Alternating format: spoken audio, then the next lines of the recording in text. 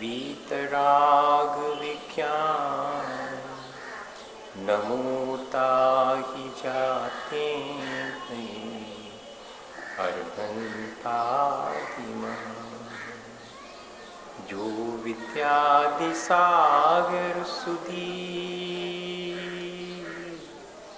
जो विद्यादि सागर सुधी गुरु हैं हितैषी, शुद्धात्म में निरत नित्य हितोपदेशी।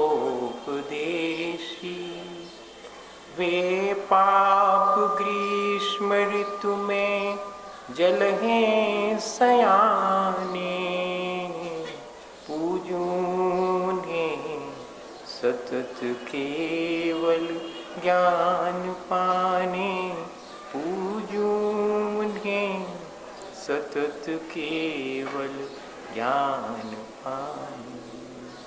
महावीर भगवान की, आचार्य कुंद कुंद स्वामी की, आचार्य गुरु विद्यासागर मुनि महाराज की। द्वेष कर लेते हैं, कभी राग कर लेते हैं। भैया उस बात को इसलिए कहना पड़ा कि देखो हमारा तो जाने का समय हो गया, कचू तो सीख लो भैया, का कर हो हैं, तो इतना तो सीख लो कि कम से कम धर्म का और धर्म के कार्यों का तिरस्कार तो न करो। सम्मान नहीं कर सकते तो न करो भाई, कोई बात नहीं, आपसे कोई कह रहा थोड़ी, लेकिन तिरस्कार ऐसे घमंड में, अभिमान में मत फंसो जिससे कि संसार और बढ़ जाए। न कहना था मुझे ये बात, लेकिन कहने पड़ी आप ही के भले के लाने।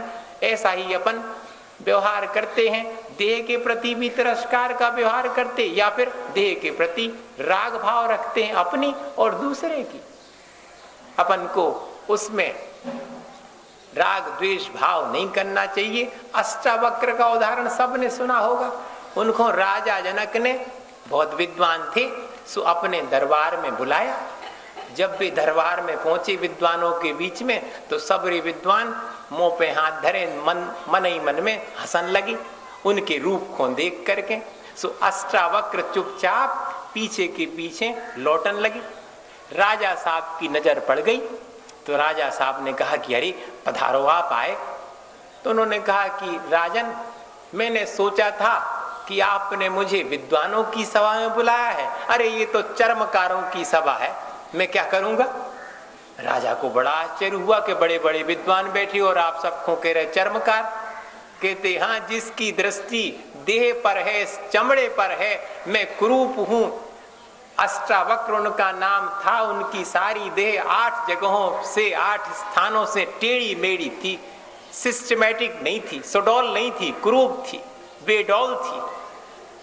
तो उन्होंने कहा कि ये तो चर्मकार की चमड़े की तरफ देखता है, विद्वान तो आत्मा में कौन से गुण हैं इस बात की ध्यान रखता है।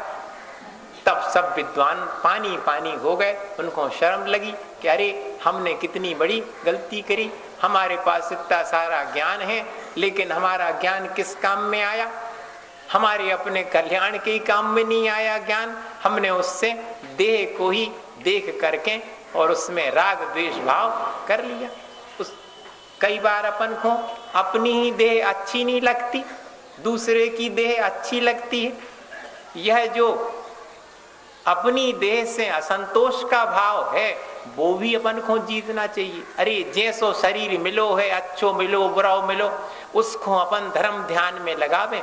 जाने सोचे कि जब अच्छो वज्र वृषभ नारा सहनन मिले, सो अपनो कल्याण करें। अबे तो पंचेंद्री के विषय भोग लो, का पता फिर मिलो कि नहीं मिलो हैं। तो ऐसा विचार अपन को नहीं करना चाहिए। जैसी देह मिली है, सड़ी मिली है, हो भैया चलो वही से करो धर्म ध्यान।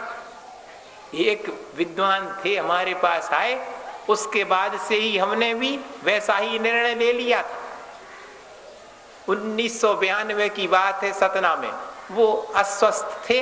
तो हमने उनसे पूछा कि आप इतने अस्वस्थ हैं, फिर भी आपने इतना सब सारा कार्य कर लिया। कह रहे महाराज, हम ज्यादा तो वो नहीं है तपस्या करने वाले, लेकिन हमने तो ये सोच लिया कि इस देह को भी, रुग्ण देह को भी, बीमार देह को भी काम में लगाए रखूंगा। भाई जैसी देह मिली हुई है हमें उसमें असंतोष न करके और उसी से धर्म ध्यान कर लेना चाहिए। मोर अपनी माँ से, मोर का बच्चा रो रहा है, निवेद कह रहा है कि माँ मुझे तो ठीक है नाचना तो आता है बहुत सुंदर, लेकिन मेरा कंठ अच्छा नहीं है, कोयल का कंठ बहुत अच्छा है, मुझे तो वैसा कंठ चाहिए। और कोयल कह रहे, कोयल का बच्चा अपनी माँ से कह रहा है कि कहो तकेले कंठ से देखो मोर कितो अच्छो नाचत। तो भैया ने कोयल मोर जैसो नाच सकता है और ने मोर कोयल जैसो गा सकता है। जो कोई जिस पर्याय में है, जिस देह में है, उसमें ही रह करके अपना कल्याण करना चाहे तो कर सकती है। और देह से असंतुष्ट रहें तो कुछ भी नहीं करेंगे। जब अच्छी देह मिलेगी जब करेंगे, ऐसा विचार अपन ने कर लिया तो इस देह को अपन सार्थक नहीं कर पाएंगे।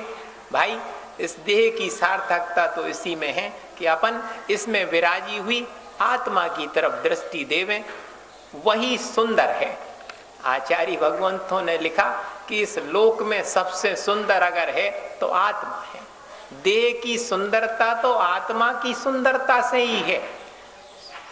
सुकरात बहुत कुरूप थे, लेकिन रोज एना देखते दर्पण। सो उनके शिष्य ने एक दिन देख लिया, वो मंदी मंद हंसने लगा कि इनको का जरूरत दर्पण देखने की, ऊंचा तो रूप है नहीं है इनको, और देख रहे हैं ना देख रहे। तो सुकरात समझ गए कि क्यों हंसे। तो सुकरात ने अपने शिष्य से कहा कि तुम्हारा हंसना तो ठीक है, लेकिन मैं ये कहना चाहता हूं कि मैं जो रोज दर्पण देखता हूं उसका कारण ये है कि दर्पण में देख करके मुझे अपने शरीर की कुरूपता का भान होता है, लेकिन अपने शरीर की कुरूपता को मैं जीत सकता हूं अपने सत्कार्यों के द्वारा। सो मैं रोज रोज शिक्षा लेता हूं कि शरीर भले ही कुरूप है, मेरी चेतना सद्कार्यों से पवित्र हो सकती है। मुझे अपने सद्कार्य में लगे रहना चाहिए, मुझे अपनी गुणवत्ता को बनाए रखना चाहिए, क्योंकि वही इस देह में सुंदर है। एक बार एक छोटी सी घटना सुनाते और बस इतना ही भैया, इतना ही थोड़ा सा कर पाएंगे हम। क्या हुआ विचार नहीं आता, बहुत ज्यादा मन में फैला नहीं पाते उस चीज को, उतनी हिम्मत नहीं है, तो आपको छोटी छोटी बातें सुना देते। क्या हुआ कि एक चित्र की आर्ट गैलरी कहलाती, वहां चित्र की प्रदर्शनी लगी थी। वहां पर बहुत सारे लोगों के चित्र थे बड़े बड़े। सो उन चित्रों में एक चित्र की नीलामी हुई और इतनी ज्यादा हुई, वो चित्र सबको बहुत पसंद आया। वो $3 लाख में बिका, बहुत कीमत होती है। सो जिस व्यक्ति ने खरीदा, अब उसके आसपास उस चित्र को देखने के लाने बहुत सारी भीड़ हो गई संगे। वो आर्ट गैलरी से बाहर निकला। सो आर्ट गैलरी से बाहर कौन बैठे हुए थे? भिखारी। उनने कि इतने पैसा वाले लोग तो चित्र देखे हुए आए हैं, सो कछु तो दे हैं।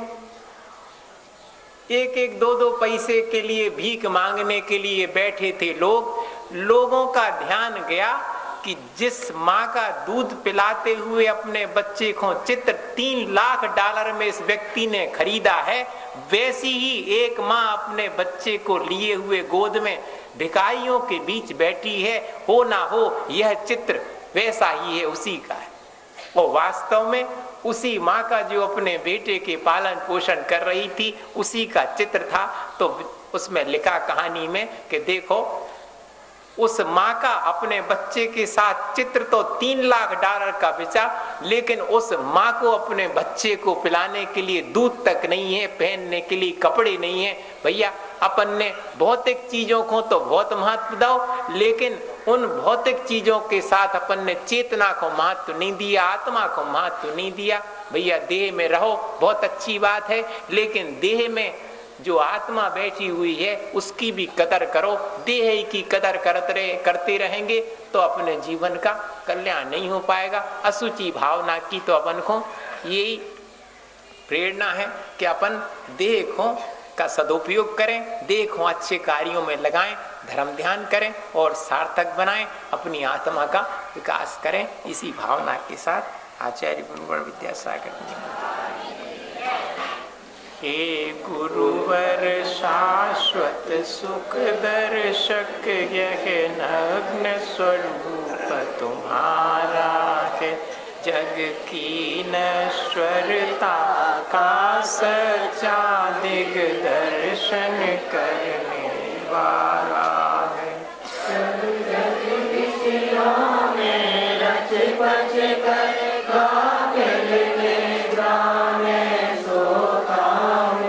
अथवा वह शिव के निष्कंटक पथ में विषकंटक होता हो।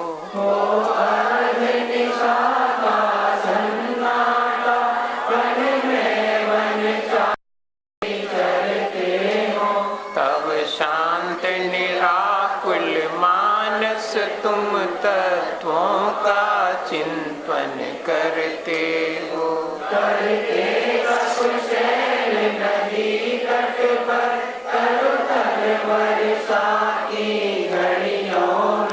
समतारस पान किया करते, सुख दुख दोनों की घड़ियों में। अंतर ज्वाला हरती वाणी, मानो लड़की हो फुलझड़ियां।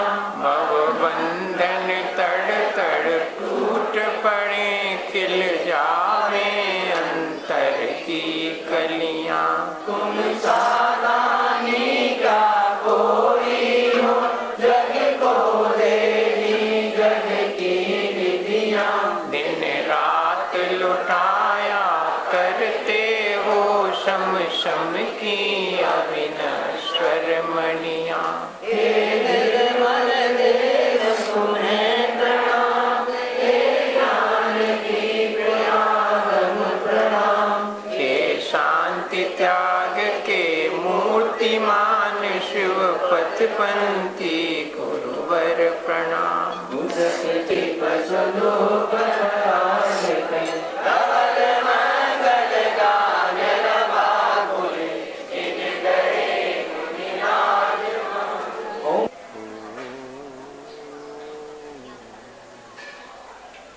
मंगलमय मंगल करण, वीतराग विज्ञान। नमो ताल जाते भये अरहंतादिमा। जो विद्यादि सागर सुधी, जो विद्यादि सागर सुधी। गुरु हैं हितैषी, शुद्धात्म में निरत नित्य हितोपदेशी। वे पाप ग्रीष्म ऋतु में जल हैं सयाने,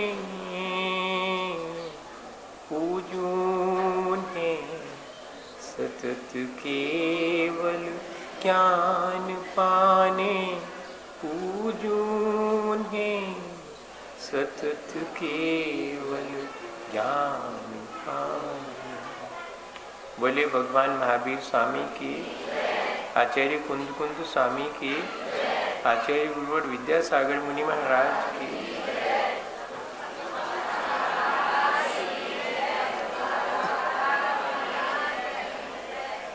हम सभी लोग चाहते हैं कि हमारा जीवन अच्छा बने। हम लोग प्रयास भी करते हैं। हमें बाहर जो जगत दिखाई पड़ता है उसी में हम सारे प्रयत्न करते हैं, सुख सुविधा के साधन जुटाते हैं जिससे कि हमें सुख मिले। उस सुख सुविधा के साधन जुटाने के लिए हमें कितना परिश्रम करना पड़ता है वो हम करते हैं। और सारे सुख सुविधा के साधन मिल जाने के बाद भी कोई हमसे पूछे कि तुम्हें आत्म सुख और आत्म शांति मिली, तो हम बड़े उत्साह से कह नहीं पाते, बड़ा संकोच होता है कहने में कि नहीं, हमें आत्म संतोष और आत्म शांति नहीं मिली। हमने प्रयत्न तो उसी आत्म सुख पाने के लिए किया था। हमने ढेर सारे सुख सुविधा के साधन जुटाए थे, सुबह से शाम तक दुकान पर बैठ कर के अपने जीवन को, अपनी सांसों को लगाया था, लेकिन मामला बिगड़ गया, सारा परिश्रम हमारा व्यर्थ चला गया। हम बैलगाड़ी से पहले यात्रा करते थे, हमने विकास किया और आज हम हवाई जहाज से और जेट विमान से यात्रा कर लेते हैं। बहुत अच्छा है, देखने में लगता है कि हमने कितना सारा विकास कर लिया, हम बहुत विकसित हो गए। लेकिन जरा सा विचार करें कि यह जो हमने विकास किया है, क्या वो हमें आत्म संतोष और आत्म शांति देने में सहयोगी है? तो हम देखेंगे कि सारे विकास के बावजूद भी हमें जो चीज़ हम मिस कर रहे हैं वो आत्म शांति ही है। हमने वो सब भी करके देख लिया विकास के नाम पर, प्रगति के नाम पर, लेकिन हमें सेल्फ सेटिस्फेक्शन नहीं मिला। हम नहीं कह सकते कि हमें आत्म संतोष मिल गया है इतना सब कुछ करने के बाद। जब हम बैलगाड़ी में चलते थे तब भी हमारे अंदर उतनी ही कषायें थी, उतनी ही अज्ञानता थी, और आज हम जेट विमान में चलते हैं तब भी उतनी ही आसक्ति है, उतनी ही आकांक्षाएं हैं, उतनी ही कषायें हैं, उतनी ही अज्ञानता है। कहीं कोई विकास आंतरिक जगत में नहीं हुआ है। जो कुछ भी विकास हमने किया है, जो कुछ भी प्रगति हमने की है, वो बाह्य जगत में की है और उसी में हम संतुष्ट हैं। बहुत अच्छा है, हमें बाह्य जगत में भी प्रगति करना चाहिए, लेकिन बाह्य जगत की प्रगति को ही अंतिम प्रगति मानने की भूल हमें नहीं करना चाहिए। इसके बाद भी एक और प्रगति है, एक और विकास है, अपनी चेतना का विकास, अपनी आत्मा का विकास, ताकि हम आत्म शांति और आत्म सुख पा सकें। हमने खूब सारे धार्मिक अनुष्ठान किए, करते ही हैं। उन धार्मिक अनुष्ठान करने वालों से पूछा जाए आपके मन में कितना आत्म संतोष आया? आपने तो 4 पूजाएं करी, आपने तो विधान रचाया, आपने तो बहुत बड़ा पंचकालना का आयोजन किया, लेकिन आपको आत्म संतोष मिला, आत्म शांति मिली? तो मामला 0 ही आता है। सारी धार्मिक क्रियाओं के करने के बाद भी आत्म संतोष और आत्म शांति को हम मिस कर जाते हैं। इधर धर्म के क्षेत्र में भी हम आत्म सुख और आत्म शांति का प्रयास करते, धार्मिक क्रियाएं दोहराते हैं, लेकिन वहां भी नहीं मिलता। हम भौतिक जगत में भी सुख सुविधा के साधन जुटाते हैं, विकास करते हैं, वहां भी हमें आत्म संतोष और आत्म शांति नहीं मिली। मामला क्या है? कहां हम चूक रहे हैं? सारे संसार में, सारे जगत में 2 ही तरह के विकास हैं, एक धार्मिक और एक भौतिक। धार्मिक विकास करने वाला व्यक्ति भी धार्मिक क्रियाओं में ही धर्म मान लेता है, उन्हीं को दोहरा रहा है। इसी तरह भौतिक जगत में सुख सुविधा के साधन जुटा करके अपने आप को विकसित और प्रगतिशील मान लेता है। यही हमारी अज्ञानता, यही हमारी भूल है। हमारी दृष्टि, हमारा एटीट्यूड चेंज ही नहीं होता। हम कितनी भी क्रियाएं दोहरा लें, यदि हमारे अंदर वही गंदा सोच पड़ा हुआ है, वही गंदा दृष्टिकोण है, अगर हमारा नेगेटिव थॉट्स है, नेगेटिव फीलिंग है, तो हमें क्रियाएं दोहराने से कोई फर्क नहीं होगा। हमें बाह्य जगत में विकास करने से भी कोई फर्क नहीं पड़ेगा। हम कितनी भी खोजें कर लें, लेकिन हमने अगर अपनी आत्मा को नहीं खोजा तो हमारी विज्ञान की जो खोजें हैं वो अधूरी रह जाएंगी। है तो बहुत अच्छी खोजें, लेकिन उनमें अधूरापन है। कब पूरापन आएगा? जब हम अपने आप को खोज लेंगे, हम ऐसी दृष्टि प्राप्त कर लेंगे।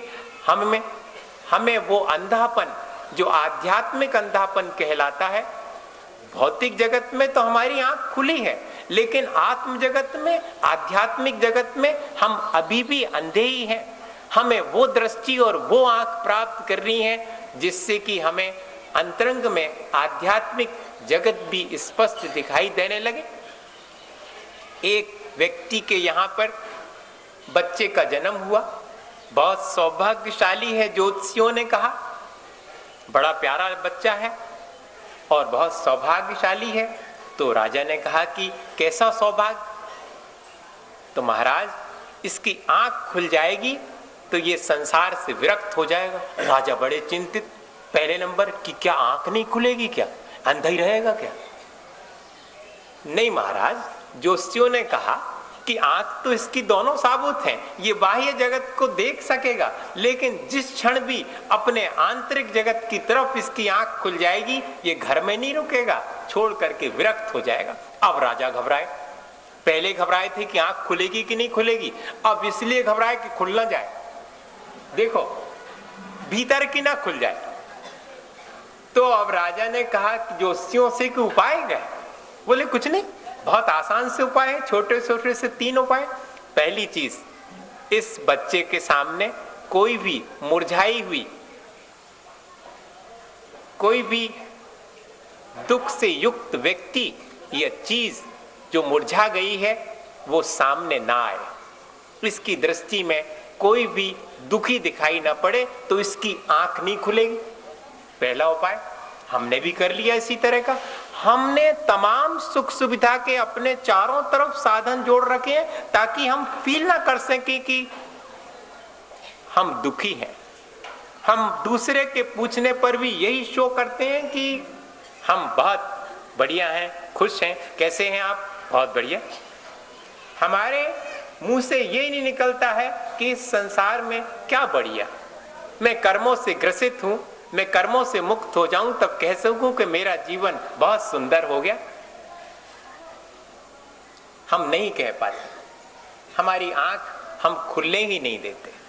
उसने भी, राजा ने भी उपाय पूछ लिया कि कोई भी दुखी व्यक्ति या मुरझाया हुआ फूल तक उसके सामने दिखाई ना दे। और दूसरी चीज, कोई भी मृत शरीर, मरा हुआ व्यक्ति उसे दिखाई ना पड़े। अगर दिख गया मरा हुआ व्यक्ति तो भीतर की आंख खुल जाएगी। जी बड़ा गड़बड़। राजा ने कहा ठीक है। और तीसरी चीज कि अपने बारे में विचार करने का समय ना मिले। अपने बारे में अगर विचार करने का समय मिल गया तो आंख खुल जाएगी भीतर की। राजा ने कहा इसमें कोई दिक्कत नहीं, 3 उपाय हैं, हम अभी कर देते। पहली चीज राजा ने करी कि उस लड़के को बहुत बढ़िया महल में रखा, लेकिन वहां पर जो उसकी सेवा में दास दासियां थे, बिल्कुल नव युवक थे, कोई भी वृद्ध नहीं था, जर्जरित उसकी देह दिखाई न पड़े। फूल रखे जाते थे तो मुरझाने से पहले फूल हटा दिए जाते थे और ताजे फूल रख दिए जाते थे ताकि कोई मुरझाई हुई चीज उसकी दृष्टि में ना आए। दूसरा इंतजाम उन्होंने किया कि उनके महल में कोई मरा हुआ व्यक्ति तो जा ही नहीं सकता, वहां से निकल भी नहीं सकता महल के पास से, तो मृत देह देखने का सवाल ही नहीं उठता। दूसरा इंतजाम हो गया बढ़िया। और तीसरी चीज कि सुरा और सुंदरी, इनसे उस बच्चे को घेर दिया कि अपने बारे में सोचने का समय ही ना मिले, नशे में गाफिल रहे, आसक्त रहे। हमने यही 3 उपाय अपनी आंख ना खुल पाए स्वयं कर लिए। हम इतने अपने संसार के कार्यों में व्यस्त और मस्त हैं कि हमें अपने बाबत सोचने का 5 मिनट भी नहीं 24 घंटे में। बड़ा मजा है। दूसरे के बारे में सोच लेंगे और सोचेंगे भी कैसा? अच्छा नहीं, दूसरे के बारे में बुरा ही सोचेंगे, नेगेटिव ही सोचेंगे। और अपने बारे में तो कोई चिंता की बात नहीं। जब मरने लगेंगे, जब देखेंगे, थोड़ा भगवान का नाम ले लेंगे, है ना। ये अपन ने सोच बना लिया और अपनी आंख नहीं खुल पाती। वास्तव में हमें कोशिश करनी चाहिए कि जितना हम सजग और सावधान इस भौतिक पदार्थों में हैं, इन सब की प्राप्ति के लिए हम जितना परिश्रम करते हैं, काश उसका 1% भी हम अपनी गुणवत्ता को बढ़ाने में, अपनी चेतना के विकास में अगर खर्च करें तो हम कह सकते हैं कि हाँ, हमारा जीवन विकसित हो गया, हम प्रगतिशील हो गए, हमारा जीवन अच्छा हो गया। तो सारी चीजों के बीच मुख्य चीज हमारा एटीट्यूड, हमारा अप्रोच। जब तक ये चेंज नहीं होगा, जैसे कि अभी महाराज ने ही कहा, इसके पहले भी बहुत सारे आर्टिकल्स निकल चुके हैं और सब लोग कह रहे हैं, मैं तो सिर्फ जरा सा टच कर रहा हूं, हमारी पोशाक हमारे मन को गंदा कर रही, दूसरे को भी गंदा कर रही। ये ठीक है, बाह्य जगत में देखेंगे तो ठीक है, लेकिन वही पोशाक अगर अपनी बेटी पहने हो तो मन गंदा होता है क्या? मुझे बता दो। इसका मतलब है कि मेरे भीतर कहीं गंदगी है, जो कि मैं बाहर प्रक्षेपित कर रहा हूं और बहाना कर रहा हूं वस्त्र का। मेरे हिसाब से तो मेरा अप्रोच तो ये है। अगर आपने अपने मन को संभाल लिया तो संसार की कोई भी चीज आपको विकृत नहीं कर सकती, और अगर आपका एटीट्यूड ही गलत है तो आप मंदिर में भगवान के दर्शन करते करते भी अपने मन को चाहे जिसको देख करके गंदा कर सकते हैं, और ये होता है। तो गंदगी बाहर है या कि मेरे भीतर? मैंने अपनी चेतना का विकास किया है, मैंने अपना एटीट्यूड चेंज किया है, अप्रोच चेंज की है। हमें इस तरफ भी ध्यान देना चाहिए। मैं ये नहीं कह रहा हूं कि बाहरी पोशाक व्यर्थ है, नहीं, वह भी है, उसका भी असर हमारे ऊपर पड़ता है, लेकिन हमें अपनी चेतना को संभालने की पहले कोशिश करनी चाहिए। जितना हमने बाहर में विकास किया है उतना ही हम आंतरिक जगत में भी विकास करें। एक बार जब गौतम बुद्ध थे, उनके समय में लोगों ने कहा, रास्ते से जाते समय कि आप इस रास्ते से ना जाएं। क्यों? इस रास्ते में एक डाकू जिसका नाम अंगुलीमाल है वो रहता है, तो उसमें क्या दिक्कत?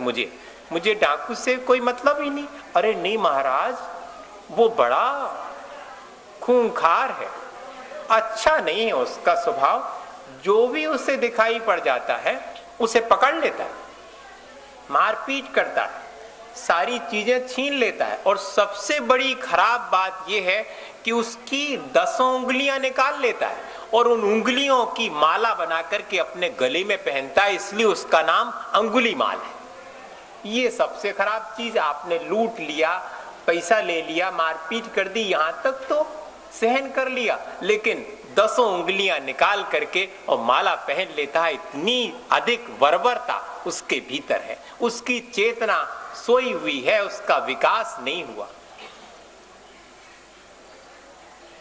तब बुद्ध ने कहा कि जिसकी चेतना सोई है उसे ही तो जागृत करना है, मैं अवश्य जाऊंगा। लोगों ने बहुत आरजू मिन्नत करी ना जाने के लिए, लेकिन बुद्ध ने संकल्प कर लिया कि मैं तो इसी रास्ते से जाऊंगा, मिलूंगा अंगुलीमाल से। गए, अंगुलीमाल पेड़ के नीचे बैठा हुआ था। जैसे ही इतने सुंदर गौतम बुद्ध को आते देखा तो हड़बड़ा के उठ गया, और कोई व्यक्ति होता तो अंगुलीमाल को देख करके और भाग जाता, लेकिन गौतम बुद्ध बड़े आसानी से उसके पास और चले आ रहे थे। वो तो हड़बड़ा गया अंगुलीमाल कि ऐसा तो मैंने व्यक्ति पहली बार देखा, इतना सुंदर व्यक्ति और इतना निर्भय, मेरा उसको जरा भी डर नहीं, ये क्या मुझे जानता नहीं कि मैं अंगुलीमाल हूं, लोगों की अंगुलियां निकाल लेता हूं। उसने दूर से आवाज दी कि श्रमण, तुम जानते ही हो मैं अंगुलीमाल हूं, मैं तुम्हारे 10 उंगलियां निकाल सकता हूं और तुम्हें मार सकता हूं। गौतम बुद्ध ने भी कहा कि मैं आया ही अंगुलीमाल इसीलिए हूं, मुझे एक ना एक दिन तो मरना ही है।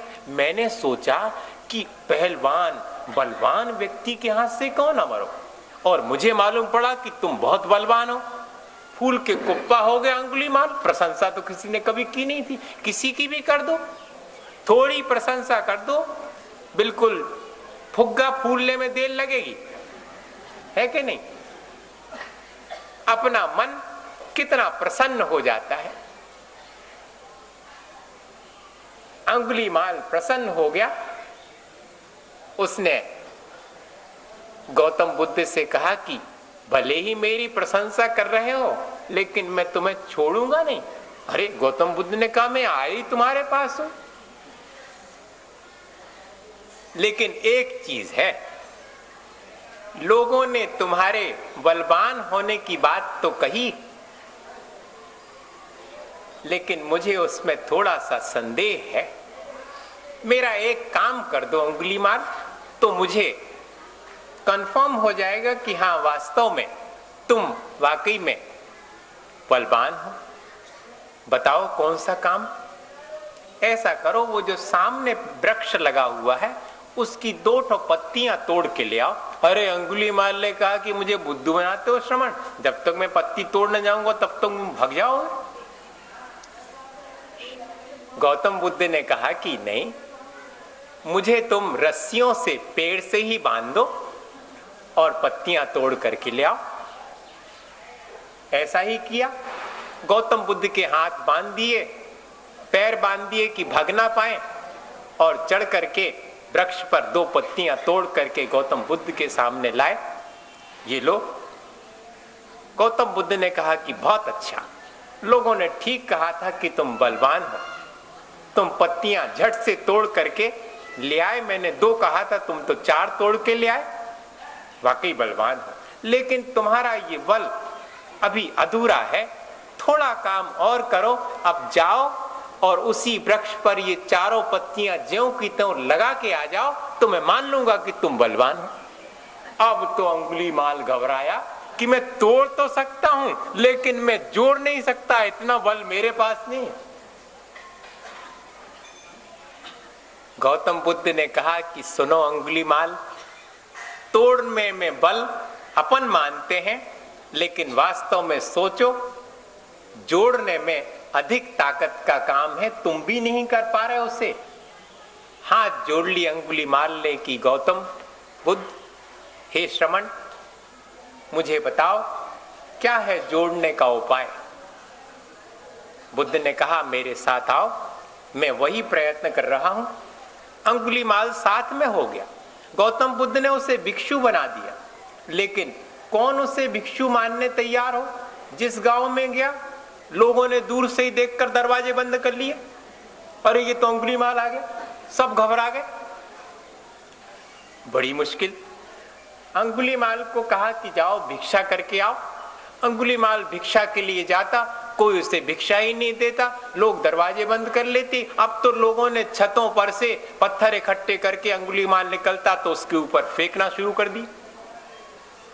3 दिन हो गए, भिक्षा नहीं मिली, और तीसरे दिन तो इतने अधिक पत्थर खा चुका 3 दिन में अंगुलीमाल अशक्त तो वैसे ही हो गया, और पत्थर की चोट लगने से घायल होकर के गिर गया। जैसे ही अंगुलीमाल गिरा, बुद्ध तो इंतजार में थे, फौरन बुद्ध उसके पास पहुंच गए सेवा के लिए। बुद्ध को सेवा करते देखकर अंगुलीमाल की बाकी सब लोगों ने अपने झरोके से झांक करके देखा कि मामला क्या है। लोगों का भय थोड़ा थोड़ा दूर हुआ। लोगों ने दरवाजे खोले और धीरे धीरे करके अंगुलीमाल के चारों तरफ जुड़ना शुरू हो गए, भीड़ इकट्ठी हो गई। उपचार के बाद अंगुलीमाल ने आंख खोली तो बुद्ध ने कहा कि अंगुलीमाल, अब तुम बलवान हो गए, देखो आंख खोल करके देखो, तुमने जोड़ना सीख लिया। तुम्हारे चारों तरफ कितने लोग तुम्हारी सेवा के लिए जुड़ गए हैं, तुम्हारी दृष्टि बदल गई, उन्हें ये भान हो गया है। और अंगुलीमाल को भी लगा कि हाँ, वास्तव में आनंद तो इसी में है। मैं लोगों को पकड़ करके उन्हें पिटाई करता था और अपने आप को मानता था कि मैं बहुत बलवान हूं, लेकिन उसमें तो मुझे आनंद नहीं आया। आज जबकि मैंने किसी का कुछ नहीं बिगाड़ा, मेरे लिए ही लोगों ने टॉर्चर किया, इसके बाद भी मैंने किसी को कोई रिप्लाई नहीं दिया। आज मैं घायल भी हो गया और सब लोग, मेरा दृष्टिकोण बदल गया है ये समझ करके कि मैं वास्तव में भिक्षु हो गया हूं। सिर्फ वेश धारण नहीं किया है, मेरे अंदर साधुता आ गई है। ये चीज जैसे ही लोगों को मालूम पड़ी, तो लोगों ने जुड़ना शुरू कर दिया। वास्तव में साधुता में ही, सज्जनता में ही आनंद है, ऐसा उसके मन में विचार आ गया। अपन भी थोड़ा सा इस घटना से अपने जीवन में भी शिक्षा लें कि हमारी चेतना का विकास अकेली भौतिक संपदा इकट्ठी करने से नहीं होगा। हमारे संबंध श्रद्धा और प्रेम के, प्राणी मात्र के कल्याण के अगर हमारे भीतर भाव होंगे तो ही हम स्वयं आनंदित होकर के अपने जीवन को अच्छा बना पाएंगे। इसी भावना के साथ कि हम जितना भौतिक विकास कर रहे हैं, आगे करेंगे, उतना ही हम अपने चेतना के विकास के लिए, अपनी गुणवत्ता के लिए भी थोड़ा सा चिंतित हों और ऐसा कुछ ना करें मन वचन काया से जिससे कि मेरी आत्मा, मेरी चेतना मलिन हो, मेरे अंदर बुराइयां आए और मेरे अंदर की जो अच्छाइयां हैं वो गायब हो जाएं। हम कोशिश करें कि हमारे अंदर जो अच्छाइयां हैं वे ही उद्घाटित हों। हम उन्हें उद्घाटित करने के लिए अपने मन, वाणी और शरीर का उपयोग करें और मन, वाणी और शरीर से बाह्य जगत में जो चीजें मेरे लिए बहुत जरूरी हैं, नेसेसरी, उन सब के लिए मैं अपने लिए संचित करूं सुख सुविधा के साधन, ताकि ठीक ढंग से जी सकूं। लेकिन साथ में मेरा अपना कर्तव्य मुझे हमेशा ध्यान रहे, मेरा अपना दायित्व मुझे हमेशा ध्यान रहे कि मुझे जो मन, वाणी और शरीर मिले हैं उन सब का सदुपयोग करना है। मन से अच्छा सोचना है, वाणी से अच्छा बोलना है और शरीर से अच्छे काम करना है। जैसे कि अंगुलीमाल ने अपना एटीट्यूड चेंज करके और अपना पूरा जीवन आनंदमय बना लिया, अपन भी इसी तरह आनंदित और अच्छा जीवन अपन आप बनाएं, अपना एटीट्यूड चेंज करके। बोलिए आचार्य गुरुवर विद्यासागर मुनि। हे गुरुवर शाश्वत सुख दर्शक, यह नग्न स्वरूप तुम्हारा है, जग की नश्वरता का सच्चा दिग्दर्शन करने वाला है।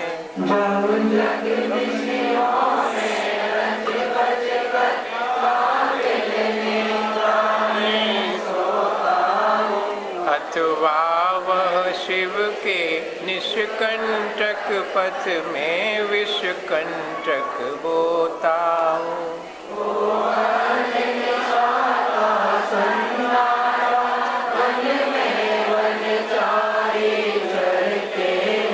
तब शांत निराकुल मानस तुम तत्वों का चिंतन करते हो।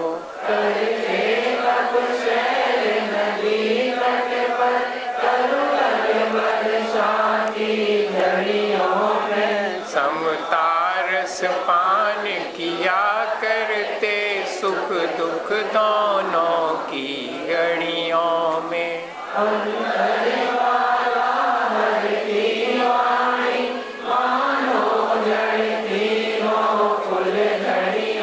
भव बंधन तड़ तड़ टूट पड़े, खिल जावे अंतर की कलियां।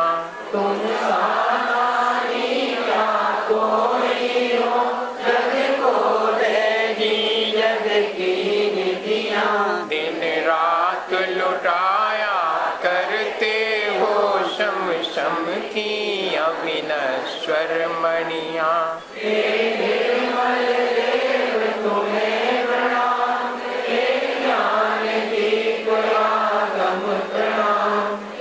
शांति त्याग के मूर्तिमान शिव पथपंथी गुरुवर प्रणाम।